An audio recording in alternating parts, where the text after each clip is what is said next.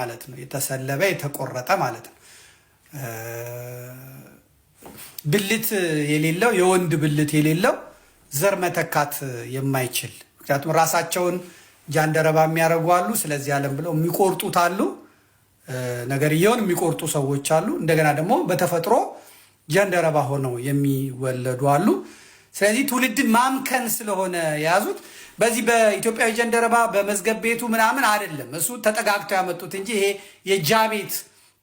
የጃዝ ቤት እንትን ስለሆነ ስለዚህ ትውልድን ማምከን አዲስ ስርዓት፣ አዲስ ባህል፣ አዲስ ሃይማኖት ማስያዝ ስለሆነ ጃንደረባ የተሰለበ ትውልድ ምንም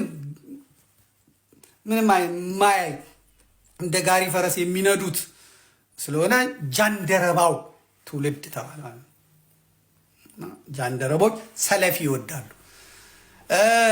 ይሄ ጃንደረባ ትውልድ እንደገና ኢጃት ነው ስሙ።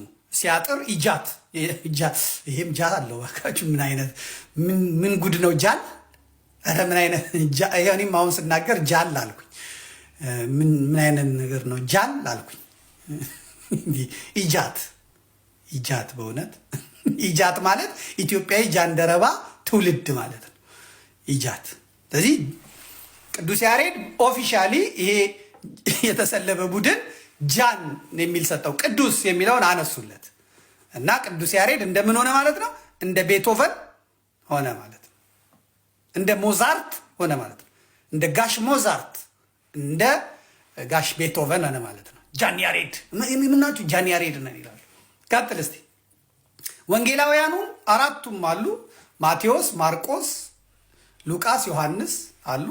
እነዚህን እንግዲህ ወንጌል የሚላቸው ቅዱስ ሉቃስ፣ ቅዱስ ማቴዎስ፣ ቅዱስ ዮሐንስ ምናምን ነው የሚላቸው። ይሄ ጃንደረባው ትውልድ ምን አላቸው? ጃን ሉቃስ፣ ጃን እስጢፋኖስ፣ በእውነት ጃን ፎረም፣ ጅላንፎ፣ ጀለገግ። ኦኬ ጃን እስጢፋኖሶች አሉ። ቅዱስ እስጢፋኖስ ሊቀ ሰማዕት ቅዱስ እስጢፋኖስ ስሙ በዚህ በጃንደረባ በሮም ካቶሊኮች ቅኝት ጃን እስጢፋኖስ ነው ይባላል። ቅዱስ የሚባል የለም ማለት ነው። አሁን እንግዲህ በእንተ ብፁዕ ወቅዱስ የሚለውን በእንተ ብፁዕ ወቅዱስ የሚለውን በእንተ ብፁዕ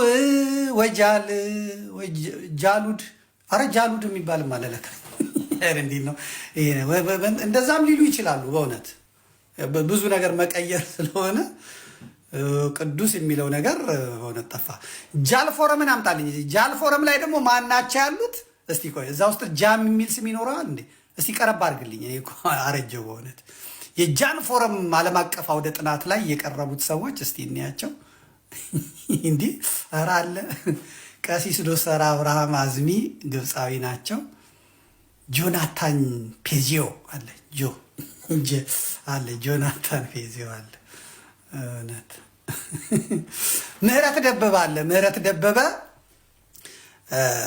ማህበረ ቅዱሳንን የሚውጠው አዲሱ ቲም ፕሮሞት እያደረገው ያለው ወንድማችን ነው። አባቱ መላኩ ባወቀ ይባላል። ኃላፊነቱ የተሰጠው ለብርሃኑ አድማስ ነው። መላኩ ባወቀ ፓስተር ነው። የኢትዮጵያን ቤተክርስቲያን ያደማ ነው። በሐረር በድሬዳዋ ስንት ወጣቶችን ያቆሰለ ነው፣ ያደማ ነው። የእሱ ልጅ ነው ምህረት መላኩ ማለት የመላኩ ባወቀ